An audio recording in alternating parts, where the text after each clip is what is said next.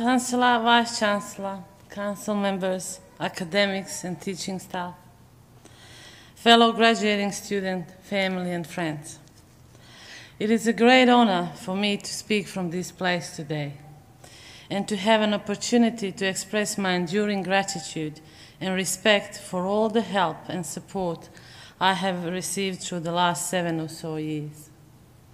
I must admit, when I was asked to deliver this address, I was quite taken aback and in tears. In preparing this speech, I came to understand how difficult it is to say something on behalf of every single one of you. For some, it may signify the end of study, and for others, the journey has only just begun. So the only way I knew how to achieve this was to share my experience with you, and in that way to try to touch the core of your individuality, or the individual achievement of every single one of you. So firstly, I would like to emphasize how important it is to have peers and to go through life and learning. And I wish to express my deep gratitude to my close friends, Wendy Owen, Lydia Malkic, and Kim Shearson, who shared my life with me in these last few years and whose intellect, love and kindness have nurtured my passion, courage and persistence in my work. Working as a lecturer now, I'm grateful to all my students who have so inspired me in the last 5 years of my sessional teaching at Victoria University. And I would like to acknowledge every student here today and their family members and all those who, like me, embarked on a journey dreaming of freedom, safety, stability and prosperity. These are the dreams of countless columns of refugee families, of which I am one. And today, I wish to acknowledge their sadness, tears and pain, as well as their success as they adapt to life here in Melbourne, Australia. In particular, I would like to express my deep gratitude to my loving sons, Luca and Marco, who have been my strength and my reason to be. I have learned so much from your unconditional love and patience, and I thank them for putting up with so much as their mom struggled to adapt to a new country and academic way of life.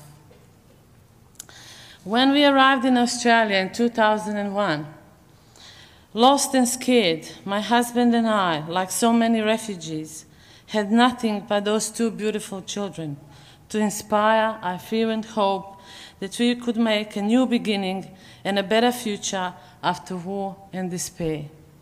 We spoke no English. We knew nothing about this country except that we were free. We had no idea how to start a new life and what to do with our freedom. After a while, I decided to enroll in psychology degree at Victoria University. Returning to study was a way for me to reclaim my life and that of my family. I wanted to study psychology primarily because I wanted to replace the memories of horror and be able to face uncertainty with understanding. During these studies, I worked as a dishwasher, then as a disability care worker, and I learned so much from these different work environments about different cultures and behaviors. More importantly, I made friends, creating different relational communities where I felt safe and accepted. Of course, it was still hard. Pain, tears, and fear were still in my companions. I had thought that after the war I would never be fearful again, but I was wrong.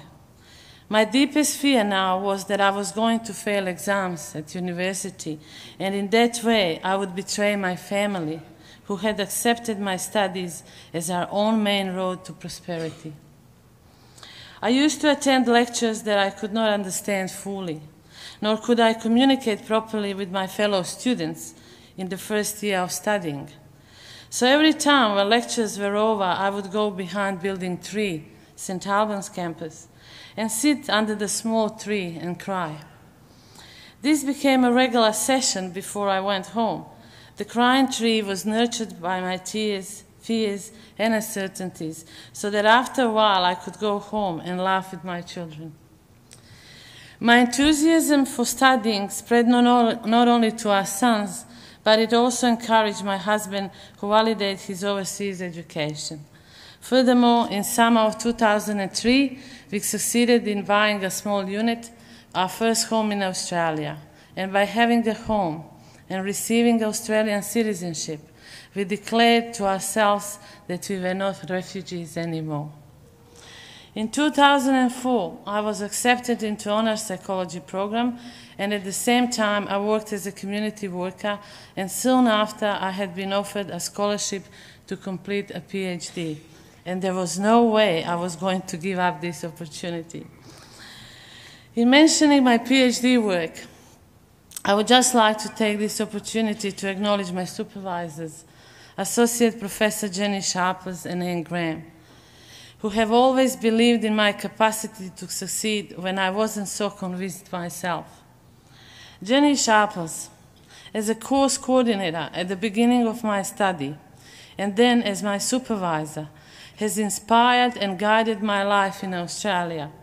Her values and dignity helped me to find life in my life, hope, strength, and trust in myself and in people around me once again.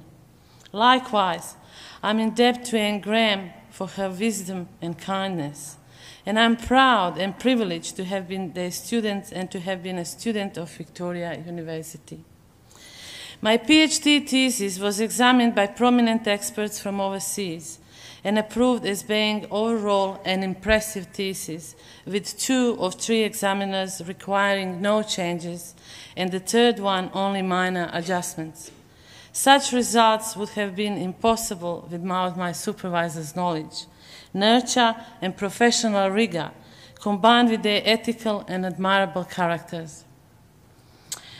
I often like to say, quite often really, that Victoria University represents my intellectual home, being the place where I arrived oppressed, voiceless, and wounded, and was welcomed and supported, so that I could develop myself professionally and as an academic. It has helped me to transform myself and the life of my family, and equipped and supported me to give something in return, to work as a full member of the academic community and to enrich the life of individuals and communities. Integrity, respect, and transparency in personal and collaborative action.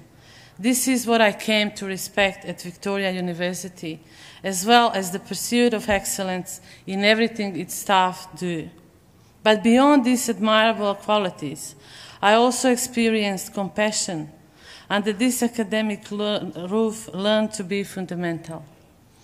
And that concept, compassion, I believe should always be at the very foundation of academic excellence, as well as life experiences. Indeed, it is the very foundation of life and existence. As Susie Linford, in her article, Memuma Almost Smiling, published in Dissent in spring 2004, said so powerfully, compassion does not suggest an absolute equality of experience or of pain, but it does acknowledge the contingency of a shared human condition. Compassion says, though you are suffering now, I had my turn in the past and may again in the future. Compassion says, there is nothing alien about you, not your pain, not your powerlessness, not even your degradation. Compassion says, the difference between us are not essential ones of power, morality, or nature, but simply, though crucially, of time, place, and luck. And whereas pity thrives on the victim's weakness, compassion affirms her dignity. End of quote. So I congratulate and salute you all and invite you to embrace compassion and life with an open heart. Good luck.